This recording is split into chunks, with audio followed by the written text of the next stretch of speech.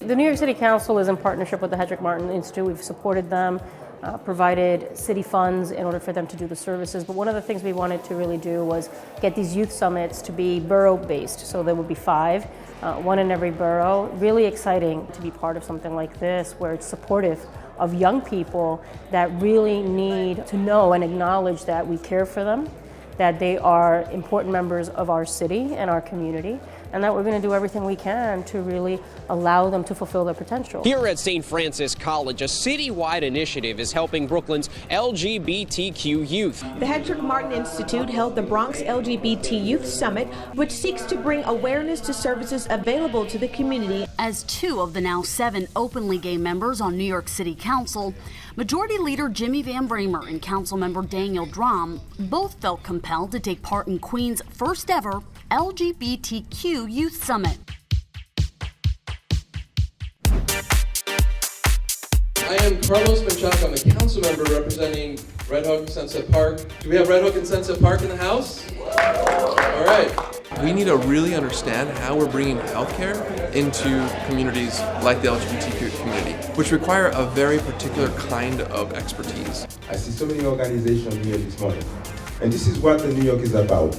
All of us coming together to provide to the young people what they need. Nowadays with the LGBT community, they don't really have like a lot of people to support them. Some barriers that they may have is like they're not able to go speak to somebody else at a clinic, they're not safe, they don't feel comfortable. There's not much in Brooklyn because of, well, exclusion, people not getting enough access. Well, I'm here today to give support to our LGBT youth. I want them to know that they're loved, and I want them to know that there's services for them. This is the very first event of its kind here in the Bronx, and I think it's very, very important to do a good effort to put the word out that, we're here. LGBTQ people in the Bronx need to know what type of resources are out there for them, because the Bronx has very limited resources. Don't think that just having this event once is going to be enough and it's going to have rainbow parades all over the Bronx. You can't have like an event of this magnitude and then let it die down. You have to keep spreading this word, keep it alive, keep the message going. And this is amazing, but this can't be the end of it. So the overarching message of today's event is to be free and to live your truth and to live it proudly, openly, and visible.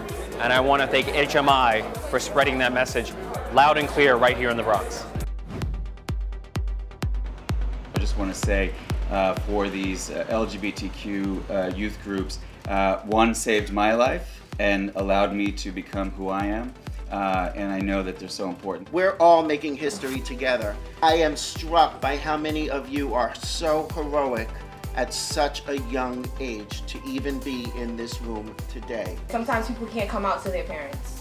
Sometimes people can't come out to, I easily came out to my sisters, just, they was gay too, but I easily came out to them, but I didn't come out to my mom. I didn't come out to my dad. This summit is being led strictly by the youth population.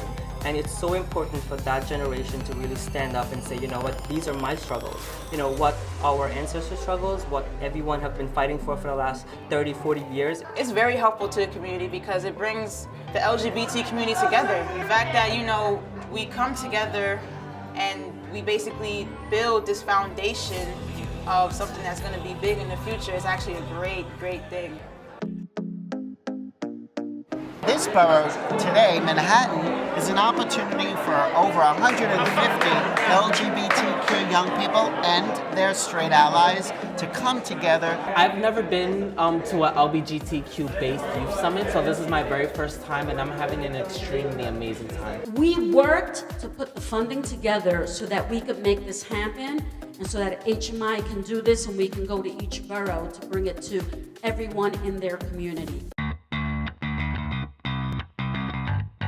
Could we give a round of applause to the Staten Island people who braved it and are here with us?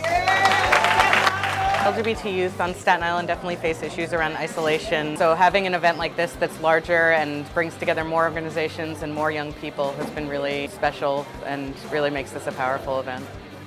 I think events like this youth summit here on Staten Island is vital for community building and connection. Having HMI come here and partner with us is a beautiful thing to see. Programs like these are especially needed in Staten Island because with Staten Island being a kind of small place compared to everywhere else, sometimes harder to find places that are more accepting communities that you can link yourself to. And if there's anything you need from the council member's office, I am her Director of Constituent Services.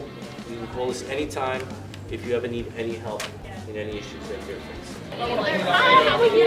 It is important as government to invest in organizations like Hetrick-Martin that continue to create openings and opportunities for all members of our community to feel empowered and validated. And that's why we're happy to support them.